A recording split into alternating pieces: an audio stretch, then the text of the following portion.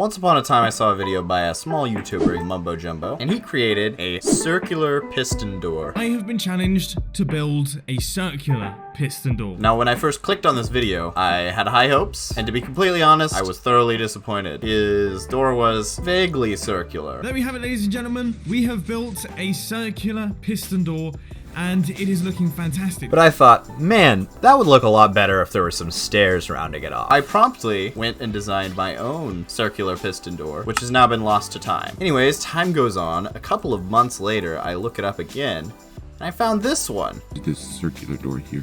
This door is super cool. This video was actually created by my friend Dracoman. By the way, he just hit 170 subscribers and he is catching up to us fast. And I like his door a lot better than Mumbo's. I love his solution to rounding off the door using the stairs in the middle of the door. And I love how simple the door is overall. However, his door is not seamless. Unfortunately, when it's opened, you can still see redstone components. You have to have immovable blocks and everything like that. And I want a really sleek circular piston door. So I have made an attempt to recreate my circular piston door.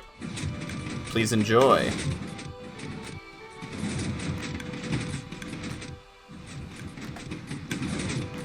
One thing you'll notice about the open door is it is entirely seamless. You cannot see any pistons, you cannot see any slime blocks, honey blocks, anything like that. Here's what the full contraption looks like. It's not the most compact thing ever, mostly because of these timing circuits around the bottom.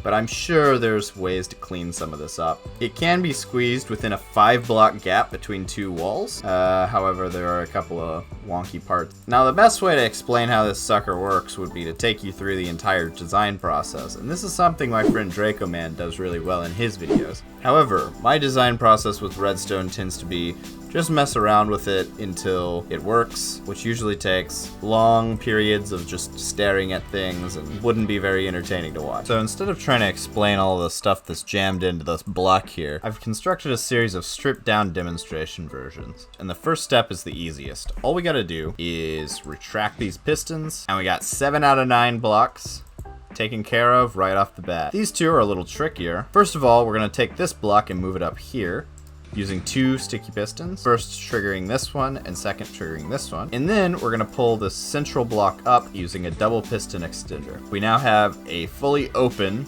doorway.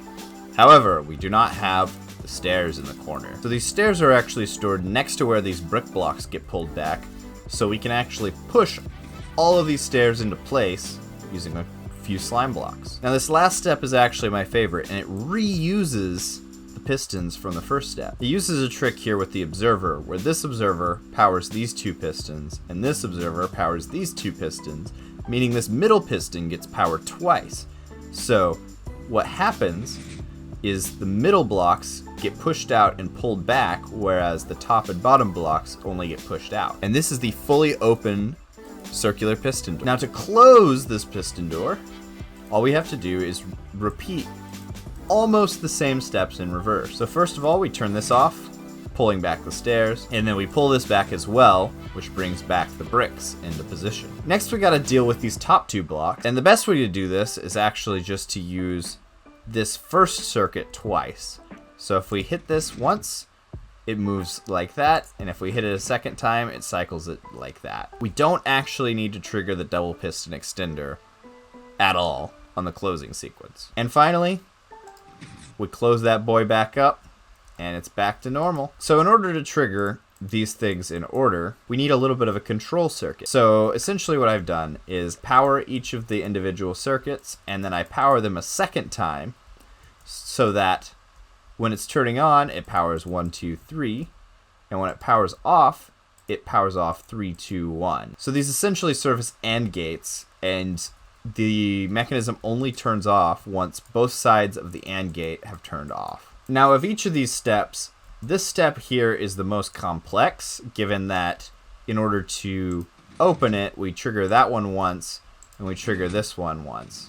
And then in order to close it, we trigger this one twice without triggering this one at all. So this means we need rising edge and falling edge monostable circuits. So I actually split the different phases of this step up and triggered it with parts of the other steps, so that we would end up with 3 concise steps. So we always need this to be triggered at least once, when it's opening and when it's closing.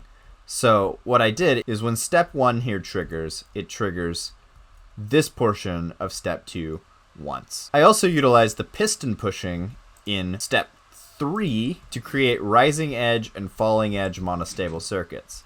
So as you can see here, when this power's on, that one over there triggers, and when this power's off, that one over there triggers. So using that logic, we were able to trigger the double piston extender on the opening sequence, and this guy an extra time on the closing sequence. So technically, I kind of lied about the order of things. It's not as straightforward as this. So when this guy opens up from start to finish, this guy opens up, which triggers this once. Now we have the door that looks like this, which turns on, triggering this once. Now our door looks like this, and we can do this step. When we close, we do that, we do this, which triggers this guy once, and then we do this, which triggers this guy a second time. And essentially over here, this is just all of this stuff overlapping in the same space. The wiring is laid out a little differently, but that's basically how the mechanics of it work. So take that, Mumbo. I did a thing. No, but seriously, after you like this video and subscribe, you should really go check out Mumbo and Draco's videos. They're both great. See you later.